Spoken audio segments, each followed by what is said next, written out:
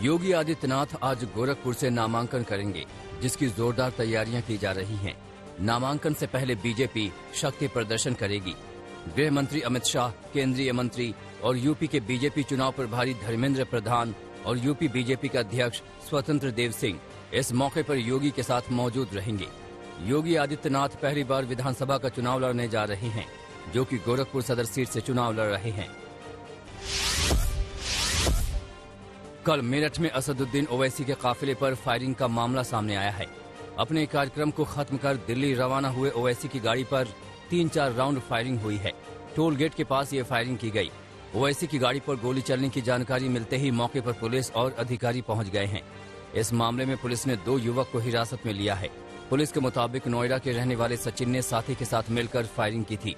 Firing में इस्तेमाल होने वाली पिस्टल भी बरामद कर ली गई है।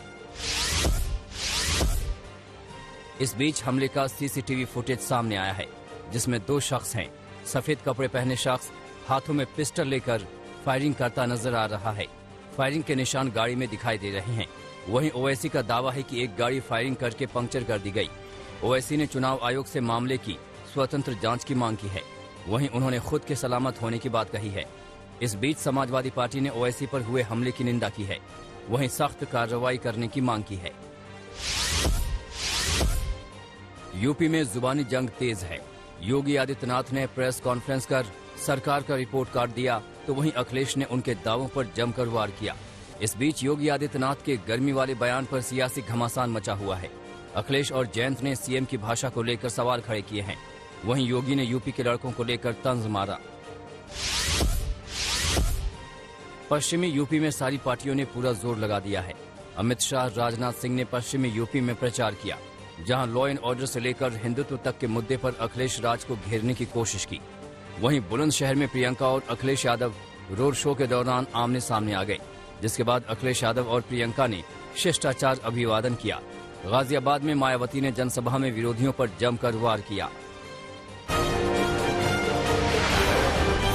शासन का आदेश। पीएम मोदी आज मेरठ समेत 5 जिलों में वर्चुअल रैली करेंगे। रैली का संचालन प्रदेश मुख्यालय पर बने वर्चुअल रैली स्टूडियो से किया जाएगा। मुख्यमंत्री योगी आदित्यनाथ गोरखपुर से जुड़ेंगे। सभी विधानसभा क्षेत्रों में प्रत्याशी भी किसी एक स्थान पर रैली में जुड़ेंगे। 5 जिलों में 122 सांगठनिक मंडलों में बड़ी एलईडी स्क्रीन के माध्यम से प्रसारण होगा। उत्तराखंड की विधानसभा चुनाव के लिए आज होने वाले पीएम की वर्चुअल रैली को रद्द कर दिया गया है।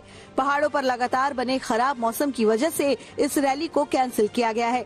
उत्तराखंड के 4 जिले अल्मोड़ा, बागेश्वर, चंपावत और पिथौरागढ़ में प्रधानमंत्री के भाषण का सीधा प्रसारण होना था। यूपी में आज भी धुआंधार प्रचार और रैलियों का दिन है। मायावती भी अब जमकर प्रचार कर रही हैं। आज उनकी अमरोहा में रैली होनी है। प्रियंका का गाजियाबाद में चुनावी प्रचार का कार्यक्रम है। राहुल गांधी आज प्रचार के लिए गोवा जाएंगे। बीएमसी ने 2022-23 के लिए बजट पेश कर दिया। 46,000 करोड़ के बजट में शिक्षा, स्वास्थ्य पर ज्यादा जोर है। निकाय चुनाव से पहले बीएमसी के बजट में इस बार उछाल आया। बजट पिछली बार से करीब 18% ज्यादा है। बजट में कई तरह की रियायतें दी गई हैं। 500 स्क्वायर फीट तक के फ्लैट पर प्रॉपर्टी टैक्स हटा लिया गया है। स्वास्थ्य पर 2660 करोड़ रुपए खर्च होंगे। 1500 करोड़ से नए पुल बनेंगे। पंजाब में राहुल गांधी रविवार को इस बात का ऐलान कर सकते हैं कि सीएम फेस कौन होगा। चमकौर साहिब में सीएम चन्नी ने इस बात का ऐलान किया और कहा कि उस दिन मैं राहुल गांधी के साथ रहूंगा। कांग्रेस पर लगातार सीएम फेस के ऐलान का दबाव बन रहा है। सुनील जाखड़ भी चन्नी के हक में बताए जा रहे हैं। दिल्ली में आज कोविड बंदिशों से कुछ और राहत मिलने की उम्मीद है। आज डीडीएमए की बैठक होने वाली है। फिलहाल दिल्ली में नाइट कर्फ्यू है। डीडीएमए नाइट कर्फ्यू हटाने के अलावा स्कूल दोबारा खोलने पर विचार कर सकता है। डीडीएमए अकेले गाड़ी चलाते वक्त भी मास्क लगाने को जरूरी बनाने के फैसले पर भी दोबारा विचार कर सकता है।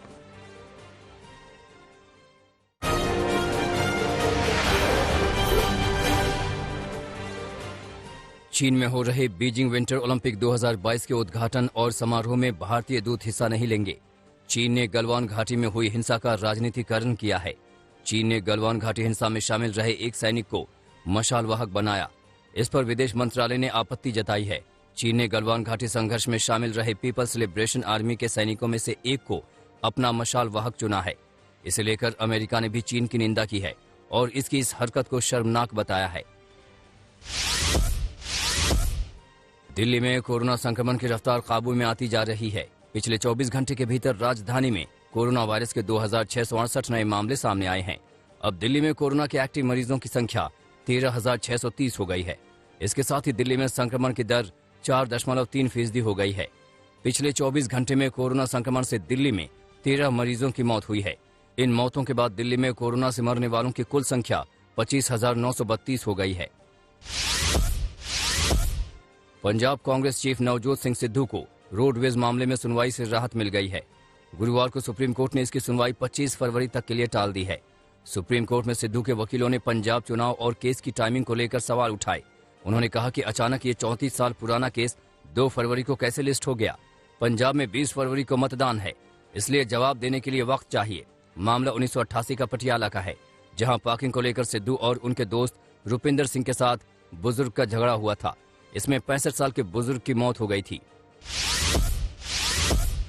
उत्तर भारत के पहाड़ी राज्यों में हो रही लगातार बर्फबारी और बारिश के साथ मैदानी राज्यों में हो रही बारिश ने एक बार फिर ठंड बढ़ा दी है। उत्तर प्रदेश, बिहार, दिल्ली, उत्तराखंड, हिमाचल प्रदेश, जम्मू कश्मीर समेत कई राज्य ठिठुरन भरी सर्दी से बेहाल हैं।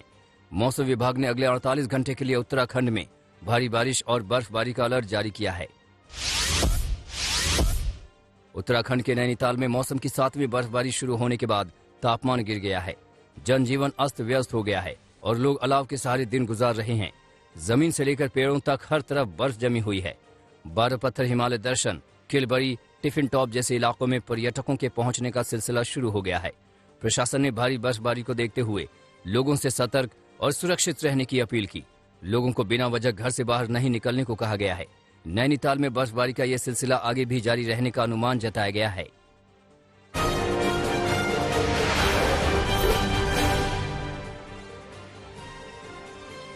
पुणे के येरवडा इलाके में शास्त्री नगर में वाडिया बंगले के पास निर्माणाधीन इमारत की एक बड़ी स्लैब गिरने से 5 मजदूरों की मौत हो गई। कुछ और मजदूर घायल हुए हैं।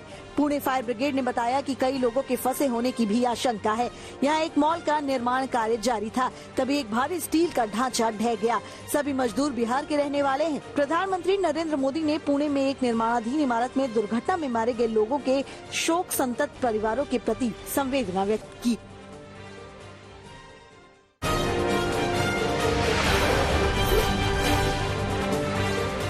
दिल्ली से सटे गुरुग्राम में 40 वर्षीय शख्स की हत्या कर दी गई। रिठौज गांव में संजय खटाना पर बदमाशों ने गोलियां बरसाई। घर लौटते वक्त उस पर हमला किया गया। परिवार का कहना है कि संजय का ना तो किसी से कोई झगड़ा था और ना ही कोई रंजिश। पुलिस ने मौके से सीसीटीवी फुटेज कब्जे में ली है। पटना के बहादुरपुर इलाके में एक युवक ने 2 बच्चियों को 5 मंजिल से नीचे फेंक दिया। 10 साल की एक बच्ची की मौके पर मौत हो गई, जबकि दूसरी बच्ची मौत से जूझ रही है। इस घटना के बाद नाराज लोगों ने पुलिस पर जमकर पथराव किया। पथराव में थाना प्रभारी समेत 5 पुलिस वाले घायल हो गए। कई वाहनों को भी आग लगा दी गई। युवक ने बच्चियों को छत से क्यों फेंका, इसकी वजह का पता नहीं चल पाया है।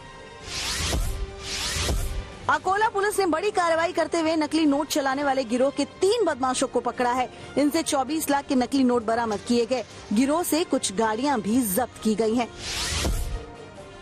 हाजीपुर में हादसे का एक सीसीटीवी फुटेज वायरल हो रहा है। नेशनल हाईवे पर ड्यूटी पर तैनात पुलिस वाले बातचीत में मशगूल थे और उनके सामने ही ट्रक ने रिटायर्ड शिक्षक को रौंद दिया और ट्रक से उतरकर भाग रहे ड्राइवर को लोगों ने पकड़ लिया, लेकिन बाद में वो मौके का फायदा उठाकर फरार हो गया।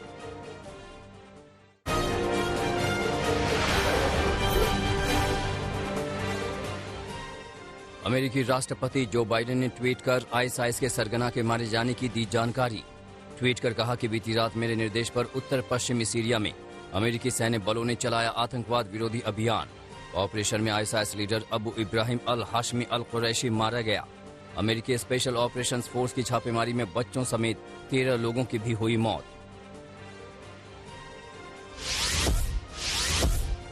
रूस और यूक्रेन के बीच नहीं घट रहा तनाव। गुरुवार को यूक्रेन के 9 सैनिक जहाजों ने आज़ोव सागर में किया गश्त। करीब 300 किलोमीटर से भी अधिक दूरी पर गश्त कर रही यूक्रेनी नौसेना इस बीच यूक्रेन के राष्ट्रपति से मिलने पहुंचे ब्रिटिश पीएम बोरिस जॉनसन। रूसी सैन्य विमानों के जवाब में ब्रिटेन ने 4 जेट फाइटर विमान उतारे। बुधवार को ब्रिटेन के अंतर्राष्ट्रीय वायु सीमा क्षेत्र में रूसी सैन्य विमानों ने भरी थी उड़ान। ब्रिटेन ने रूस से जताया विरोध। रूस ने कहा, अंतर्राष्ट्रीय नियमों के तहत भरी उड़ान। अमेरिका में नहीं थम रही गोलीबारी की घटनाएं। उत्तरी कैलिफोर्निया में बस में हुई गोलीबारी में एक की मौत, कई लोग हुए घायल। घटना को अंजाम देने के बाद फरार संदिग्ध को पुलिस ने वॉलमार्ट के अंदर से किया गिरफ्तार। बारिश, बर्फीले तूफान और बर्फबारी ने बढ़ाई उत्तरी अमेरिका की मुश्किलें। खराब मौसम की वजह से ओक्लाहोमा, कंसास, मिसौरी, इंडियाना और मिशिगन में सबसे ज्यादा हालात खराब।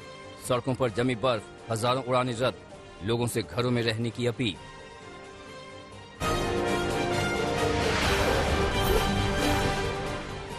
दक्षिण कोरिया में कोरोना के नए वेरिएंट ओमिक्रॉन ने बढ़ाई लोगों की मुसीबत। एक दिन में कोरोना के रिकॉर्ड 22,000 नए मामले किए गए दर्ज। गैर मेट्रोपॉलिटन क्षेत्र में भी वायरस का हुआ प्रसार। बढ़ते खतरे को देखते हुए सरकार हुई सख्त। पाकिस्तान के बाद बांग्लादेश में भी बढ़ा कोरोना के ओमिक्रॉन वेरिएंट का खतरा। स्कूलों को बंद रखने के आदेश को बढ़ाया गया आगे। जनवरी महीने में 2 लाख से ज्यादा नए संक्रमितों की हुई पहचान। अब तक 28,000 से ज्यादा लोग गंवा चुके हैं जान। मलेशिया में वैक्सीनेशन अभियान की बढ़ी रफ्तार। अब 5 साल से 11 साल के बच्चों को भी लगाया जा रहा कोरोना का टीका। राजधानी कोलालमपुर में अपने परिजनों के साथ वैक्सीनेशन के लिए पहुंच रहे हैं बच्चे। मलेशिया में 80% आबादी को लग चुका है कोरोना का टीका। चीनी विंटर ओलंपिक को लेकर नहीं थम रही राजनीति। अब उद्घाटन समारोह में पहुंचे ओलंपिक संघ के अध्यक्ष ने कहा, खेल और राजनीति का नहीं होना चाहिए मिश्रण। राजनीतिक मतभेदों से ऊपर उठकर सभी देशों से खेलों के सफल आयोजन की अपील। अंतरिक्ष में भी दिखा बीजिंग विंटर ओलंपिक का रोमांच। चीनी अंतरिक्ष वैज्ञानिकों ने स्पेस ओलंपिक थीम का वीडियो बनाकर मनाया जश्न। 6 महीने के मिशन को पूरा करने के लिए अक्टूबर में अंतरिक्ष में पहुंचा था चीनी वैज्ञानिकों का दल।